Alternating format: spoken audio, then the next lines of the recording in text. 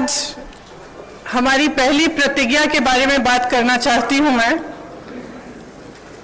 हमने तय किया है कि आने वाले विधानसभा चुनाव में उत्तर प्रदेश में कांग्रेस पार्टी 40% टिकट महिलाओं को देगी।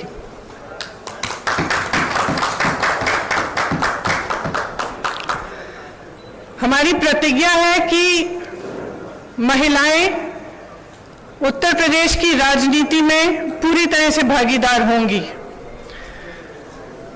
ये फैसला हमने किस लिए किया? जब मैं 2019 के चुनाव में उत्तर प्रदेश प्रचार के लिए आई थी तो इलाहाबाद यूनिवर्सिटी की कुछ लड़कियां मेरे से मिली और उन्होंने मुझे बताया कि किस तरह से यूनिवर्सिटी के नियम कानून, हॉस्टल के नियम कानून उनके लिए अलग थे और पुरुषों के लिए अलग। ये निर्णय उनके लिए लिया है। ये निर्णय मैंने उस महिला के लिए लिया है जिसने गंगा यात्रा के दौरान मेरी नाव को वापस तट पर बुला के कहा कि मेरे गांव में पाठशाला नहीं है, मैं अपने बच्चों को पढ़ाना चाहती हूं। ये निर्णय उस लड़की, प्रयागराज की एक लड़की पारो के लिए लिया गया है जिसने मेरा हाथ पकड़ के मुझे कहा कि दीदी बड़ी होकर मैं नेता बनना चाहती हूं। ये निर्णय उसके लिए है। ये निर्णय चंदौली में जो शहीद एयरफोर्स के पायलट हैं उनकी बहन वैष्णवी के लिए है, जिसने मुझे कहा कि उनके भाई शहीद हो गए हैं लेकिन वो पायलट बनना चाहती है।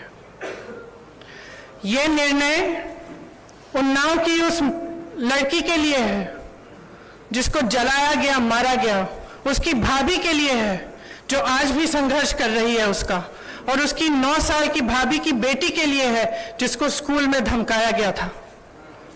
ये निर्णय हाथरस की उस मां के लिए है जिसने मुझे गले लगाकर कहा कि उसको न्याय चाहिए, उसको न्याय नहीं मिल रहा है।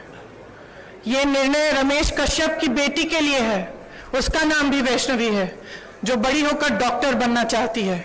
लखीमपुर में एक लड़की मेरे से मिली, मैंने उससे पूछा क्या बनना चाहती हो बड़ी होकर? उसने कहा प्रधानमंत्री बनना चाहती हूँ। उसके लिए है ये निर्णय। ये निर्णय लखनऊ की एक बस्ती में लक्ष्मी वाल्मीकि के लिए है जो ITI पढ़ी है, BA की है, उसने कंप्यूटर कोर्स किया है, आज तक उसे नौकरी नहीं मिली है। ये निर्णय उसके लिए है। ये निर्णय सोनभद्र में उस महिला के लिए है जिसका नाम किस्मत है, जिसने अपने लोगों के लिए आवाज उठाई, संघर्ष किया और न्याय मांगा। ये निर्णय उत्तर प्रदेश की हर एक महिला के लिए है जो बदलाव चाहती है, जो न्याय चाहती है, जो एकता चाहती है, जो चाहती है कि आगे बढ़े उसका प्रदेश। मैं आप सबसे कहना चाहती हूं, आप समाज सेविका हैं, आप अध्यापक हैं, आप एक नौजवान महिला हैं जो आप अपना भविष्य बनाना चाहती हैं, आप प्रेस में हैं। अगर आप बदलाव चाहती हैं तो इंतजार मत करिए। आपकी सुरक्षा कोई नहीं करने वाला। सब बातें करते हैं, सुरक्षा करने का जब समय आता है तो सुरक्षा उनकी होती है जो आपको कुचलते हैं। आज सत्ता का नाम यह है कि आप खुलेआम पूरे पब्लिक के सामने लोगों को कुचल सकते हैं। ये सत्ता बन गई है, ये गलत है। घृणा का बोलबाला है, नफरत का बोलबाला है, गलत है। इसको महिलाएं बदल सकती हैं। महिलाएं इसलिए बदल सकती हैं क्योंकि करुणा भाव, सेवा भाव और दृढ़ता, शक्ति सबसे ज्यादा महिलाओं में है। मैं आपसे कहना चाहती हूं, राजनीति में आओ, मुझसे कंधा से कंधा मिलाओ। मैं जानती हूं कि आपके संघर्ष क्या है। मेरी प्रेस की सहेलियां यहाँ हैं, मैं जानती हूं, मैं आपको देखती हूं सुबह से शाम तक आप कैसे दौड़ती हैं, किन परिस्थितियों में। जब सीतापुर में बीच रात में अंधेरा था, मुझे घेर लिया पुलिसकर्मी ने, महिला पुलिसकर्मी थी, मुझे घेरा, मुझसे लड़ी, मैं भी भिड़ गई उनसे। उसके बाद मुझे उन्होंने जीप में बिठाया और अंधेरी रात में सिर्फ मैं, वो दोनों और 2 कांस्टेबल मुझे सीतापुर के PSC कंपाउंड में ले गए। एक का नाम मधु था, एक का नाम पूजा। ये निर्णय उनके लिए भी है क्योंकि मैं समझी कि 4 बजे सुबह तक ड्यूटी पे थी। उनकी एक अफसर जिनकी पोस्टिंग सीतापुर में थी, लेकिन जिनकी बूढ़ी माँ अकेली नोएडा में रहती है। कितना संघर्ष करना होता है महिलाओं को। कौन करेगा ये संघर्ष आपके साथ अगर आप एकजुट नहीं होंगी? अगर देश को जातिवाद और धर्म की राजनीति में से निकालकर विकास की राजनीति की ओर ले जाना है, अगर देश को समता की राजनीति की ओर ले जाना है, भागीदारी की राजनीति की ओर ले जाना है, तो महिलाओं को आगे बढ़ना पड़ेगा। आपको खुद ये काम करना पड़ेगा। आगे बढ़िए। मैं आग्रह करती हूं आपसे, हमने आवेदन पत्र मांगे हुए हैं हर विधानसभा के लिए। ये अगले महीने की 15 तारीख तक खुला रहेगा। खास तौर से मेरी बहनों के लिए, जो लड़ना चाहता है आओ मेरे पास आओ, आपको मौका मिलेगा। हम इस देश की राजनीति, इस प्रदेश की राजनीति बदलेंगे। धन्यवाद। मैं ये पूछ रहा था कि इसको आप थोड़ा सा अगर और इलाबोरेट कर सके कि इसके पीछे का रैशनल क्या है, क्योंकि लोग ये कहेंगे कि चुनाव का सीजन है और आप इतना बड़ा एक गैम्बिट ले रही हैं कि आप कह रही हैं 40% टिकट, जो कि लगभग 100 टिकट से ज्यादा होगा, आप महिलाओं को। मेरी बस चलती तो 50 करती। तो इसके पीछे का रैशनल क्या है? दूसरा, क्या आपको लगता है कि ये जो प्रोसेस है अभी टिकट देने का और उसके बाद आपकी पार्टी के अंदर जो ओवरऑल एक नेशनल लेवल पे यूपी के बियॉन्ड भी महिलाओं का जो रिप्रेजेंटेशन है, क्या उसको बढ़ाने के पीछे का थॉट प्रोसेस ओरिजिनली? देखिए, यहाँ पे बढ़ेगा तो नेशनली भी बढ़ेगा। मैं यूपी की इंचार्ज हूँ। यहाँ का निर्णय हम लोगों ने लिया है, सबकी सहमति के साथ लिया है। इसके पीछे, जैसे मैंने कहा, मुख्य सोच ये है कि जो महिला है वो एकजुट होकर एक फोर्स नहीं बन रही है। उसको भी जातियों में, धर्मों में बांटा जा रहा है। राजनीतिक पार्टियां सोचती है कि एक गैस सिलेंडर देके, 2000 रुपए देके खुश कर देंगे, लेकिन जो महिला का संघर्ष है वो एक बहुत लंबा और बहुत गहरा संघर्ष है। अगर हम समझेंगे नहीं कि हमें एकजुट होकर ये संघर्ष करना है, तब तक हमारे समाज में, हमारे देश में, हमारी राजनीति में बदलाव नहीं आ सकता है। तो सोच ये है कि हमें जाति से ऊपर उठकर, धर्म से ऊपर उठकर, जो प्रदेश है, देश है, एक तरह से हम महिला है वो सबसे बड़ी चीज है हमारे लिए। हम एक दूसरे के संघर्ष समझें। जब हम देखें कि एक महिला लड़ रही है तो हमारे मन में ये नहीं आए कि अच्छा ये तो ऐसी महिला है या वैसी महिला है। हमारे मन में ये आए कि ये महिला है, मेरी बहन है, मुझे इसके साथ खड़ा होना चाहिए, मुझे इसके साथ लड़ना चाहिए। ये भावना है इसके पीछे। अब सवाल ये है कि 40% क्यों? मतलब 33% रिजर्वेशन की चर्चा होती है, आधी आबादी है तो 50% हो सकता था, 40 क्यों? और एक सप्लीमेंट्री में ये भी पूछना चाहता हूं कि वो सवाल आ गया कि राष्ट्रीय स्तर पर ये होगा या नहीं। जनरली हम देखते हैं कि महिलाओं की भागीदारी के नाम पर नेता अपनी पत्नियों को, अपने परिवार की महिलाओं को आगे कर देते हैं। तो ये ना हो, इसके लिए आपने सोचा है, क्या कदम उठाएंगे? Thank you. देखिए, आपने दो सवाल किए। सबसे पहले 40 क्यों नहीं? शुरुआत है, 40 से शुरू करेंगे। और मैंने कहा अगर मेरा बस चलता तो 50 होता, तो लेकिन सबकी सहमति के साथ 40 तय किया है। अगले चुनाव में 50 भी हो सकता है।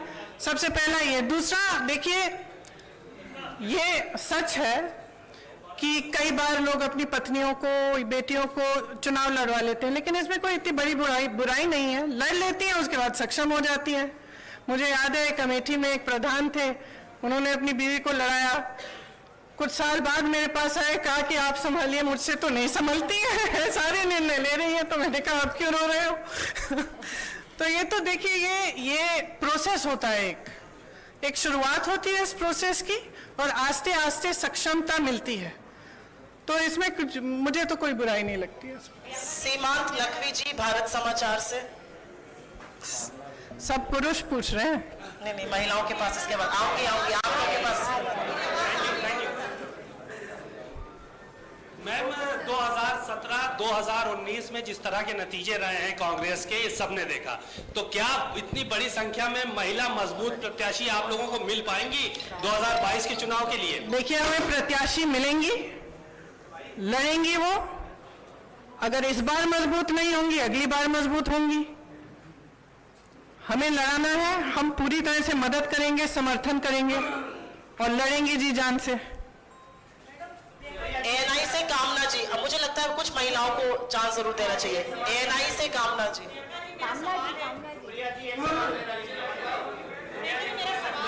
आप सबके पास आएंगे, थोड़ा सा धैर्य रख लीजिए, आप ही के कोलीग्स हैं। कामना जी, मेरा सवाल है, आपने उत्तर प्रदेश के लिए ये बात कही, मैं जानना चाहती हूँ जिस स्टेट में ऑलरेडी कांग्रेस की सरकार है, पंजाब हो, वहां पर तो चुनाव होने वाले, क्या यही फॉर्मूला वहां पे भी लागू करेंगी? देखिए, उत्तर प्रदेश, मैं उत्तर प्रदेश की इंचार्ज हूँ यहाँ का। जैसे मैंने कहा, हमने निर्णय लिया है। अब ये मिसाल बनेगा, अगर दूसरे भी इसको फॉलो करना चाहते हैं तो बहुत अच्छा रहेगा। प्रियंका जी, जातिगत आधार पर टिकट मिलते हैं, माफ करिए, एक सवाल प्लीज पूछिए, उनको खत्म कर लीजिए, फिर आपके पास आते हैं। महिलाओं को जो टिकट दिया जाएगा, क्या वो जातिगत आधार पे दिया जाएगा? क्या वो जाति के आधार पे दिया जाएगा? महिला की सक्षमता के आधार पर दिया जाएगा, मेरिट के आधार पर। वो कितना काम कर रही है, कितना उसके विधानसभा के लोग उनको पहचानते हैं, उसके हिसाब से दिया जाएगा। मैं अपने विरोधियों को कहना चाहूंगी कि थोड़ी अपनी क्रिएटिविटी बढ़ा लें, क्योंकि मैं जो भी करती हूँ वो या तो उसको टूरिज्म बोलते हैं या पब्लिसिटी स्टंट बोलते हैं। अब कुछ नया ढूंढें। अब 2 साल हो गए हैं, बस वही दोहराते जा रहे हैं। थोड़ी सी क्रिएटिव हो जाएं, कोई और आलोचना ढूंढे मेरे लिए। हम लोग सवाल सिर्फ इसी मुद्दे पर लेंगे, ये एक ऐतिहासिक मुद्दा है। अगर आपका सवाल इस पर हो तो जरूर पूछिए।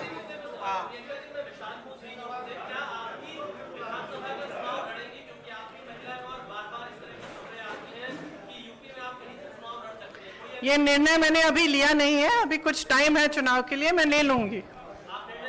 हाँ, इस पे सोच के मैं निर्णय लूंगी कि लड़ना है कि नहीं। आशा है कि 2024 में इससे ज्यादा होगा।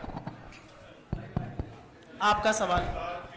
सवाल ये है कि कांग्रेस में कैंडिडेट्स का सिलेक्शन और कैंडिडेट्स की एप्लीकेशन पिछले 2 महीने से लिए जा रहे हैं, लगभग 1.5-2 महीना हो गया, लेकिन फैसला आज आप ये करते हैं कि 40% टिकट आप महिलाओं को देंगी। तो क्या जो जितने भी कैंडिडेट्स ने अभी अप्लाई किया, क्या उनमें से कोई जेन्युइन नहीं थे तो 40% का फैसला करना पड़ा, या नतीजों को ध्यान में रखते हुए, क्योंकि कांग्रेस का गठबंधन भी अभी क्लियर नहीं है किसी के साथ होगा या नहीं होगा, या जो भी पहले के नतीजे रहे हैं, या उनको देखते हुए ये फैसला लेना पड़ा कि 40%? देखिए, ये लेना पड़ा नहीं है, ये फैसला मैंने आपको समझाया किस लिए लिया। मैंने इससे पहले काफी इलैबोरेट किया कि क्यों लिया गया है ये फैसला। ये फैसला महिलाओं के सशक्तिकरण के लिए है, इसके पीछे और कोई छुपा राज नहीं है। आने वाले समय में बड़ी चुनौती है इस कांग्रेस मुद्दे के पर। सामने। आप अमेठी जैसी जगहों पर आप सीट हार गई, तो कैसे अपने लोगों को आप इकट्ठा करेंगे? क्योंकि जिस तरह से आप देखें, भारतीय जनता पार्टी ने अपने तमाम प्रोग्राम चलाए हैं, उसकी अपेक्षा कांग्रेस उतना जमीन पर दिख नहीं रही। आपको शायद मालूम नहीं होगा कि पिछले 2 सालों में 18,700 से ज्यादा कांग्रेस के कार्यकर्ता जेल गए हैं उत्तर प्रदेश में।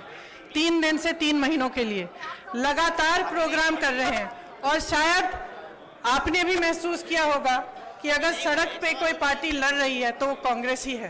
प्रियंका मैम, मेरा एक सवाल है आपसे कि राहुल जी आते हैं, वो रणजीत सुरजेवाला के साथ होते हैं, आप सुप्रिया जी के साथ आई हैं। हम लोगों का जो इंटरेक्शन होता है वो यहाँ पे लोकल लोगों से होता है। ये आएंगी, दिल्ली चली जाएंगी, हम लोगों को यहाँ पर उस तरीके से जो खबरें हैं वो सारी चीजें आप ये जी। तो मेरा सवाल क्या है जी आपका? मेरा सवाल मैम यही है कि सबसे पहले आपको ईद मिलादुन नबी की मुबारकबाद। धन्यवाद आपको भी। नबी है। और मेरा सवाल आपसे वही है कि कांग्रेस क्या मुख्यमंत्री का फेस देकर चुनाव लड़ेगी या विदाउट सीएम कैंडिडेट? मैंने उस सवाल का भी अभी जवाब दिया, इस पे अभी निर्णय नहीं हुआ है, जब होगा आपको पता चल जाएगा। आपका 2 बार सवाल का जवाब दे चुकी हूँ। कहिए, उससे पूछे तो, इन दोनों से पूछे। इस मुद्दे पर सवाल है, माइक ही नहीं चल रहा है। आपका सवाल इस मुद्दे पर है?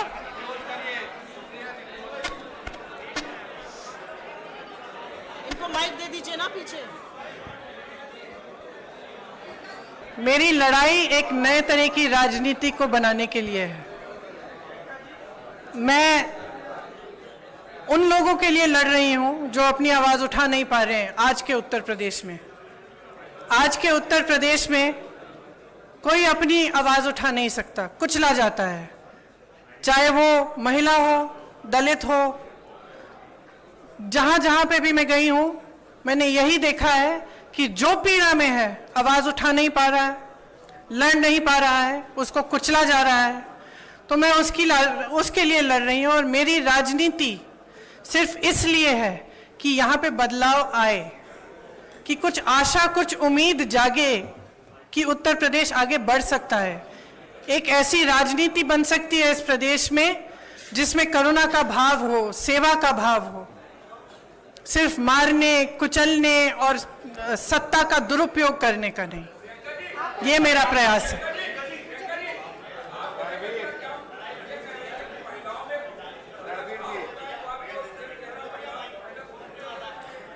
अब ठहरिए, देखिए क्या होता है आगे आगे।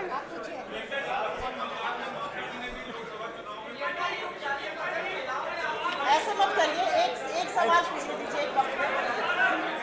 एक सवाल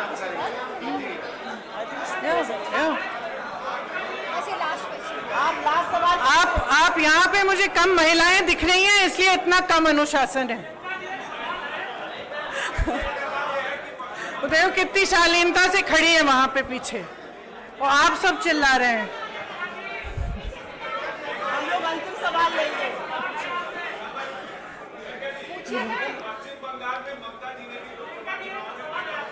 रुक जाइए, अभी पूछ रहे हैं।